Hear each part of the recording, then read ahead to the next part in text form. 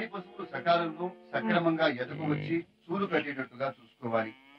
చూడి పశువుల పోషణలో శ్రద్ధ చూపాల్సిన అవసరం ఉంది. పాడి పశువులు ప్రతి సంవత్సరం ఈనేటట్లుగా పునరుత్పత్తి యాజమాన్యంలో తగిన మెళకువలు పాటించాలి.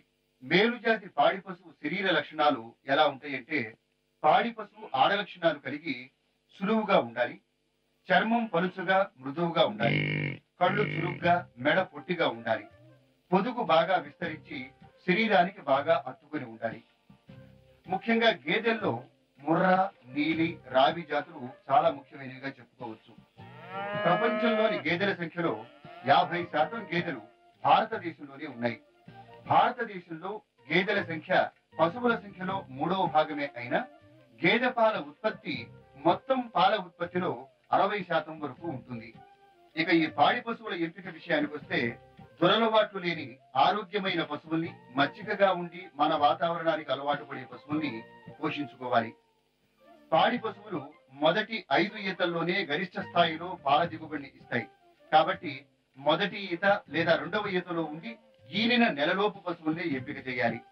పశువుల సంతతి వివరాలు ప్రభుత్వ ఫారాల్లో లేదా పెద్ద పెద్ద ఫారాల్లోనే దొరుకుతాయి. కాబట్టి సాధారణంగా సంతలో కొనుగోలు చేసేటప్పుడు పశువు శరీర లక్షణాలు, దాని యొక్క పాల ఉత్పత్తి సామర్థ్యాలను బట్టి కొనుగోలు చేయాల్సి ఉంటుంది. ఇంతటితో పాడి పరిశ్రమ పశువుల పెంపకం కార్యక్రమం ముగిసింది. వచ్చే వారం గర్భధారణ చేయించడంలో తీసుకోవలసిన జాగ్రత్తల గురించి తెలుసుకుంటారు. అంతవరకు సెలవు.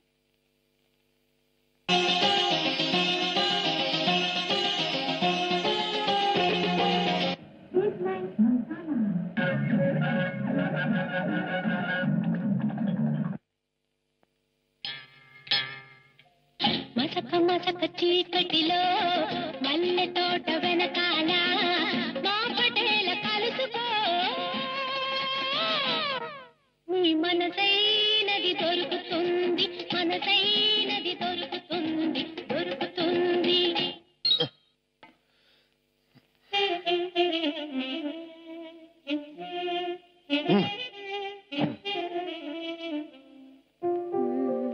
ఈ వీడియో మీకు నచ్చినట్లయితే లైక్ చేయండి, షేర్ చేయండి. ఇలాంటి మరిన్ని సరికొత్త సినిమా వీడియోల కోసం ఛానల్ని సబ్స్క్రైబ్ చేయండి. అలాగే ఇక్కడ ఉండే ఈ గంట సింబల్ని క్లిక్ చేయండి. మేము అప్డేట్ చేసే ప్రతి వీడియో నోటిఫికేషన్స్ మీకు వచ్చేస్తాయి.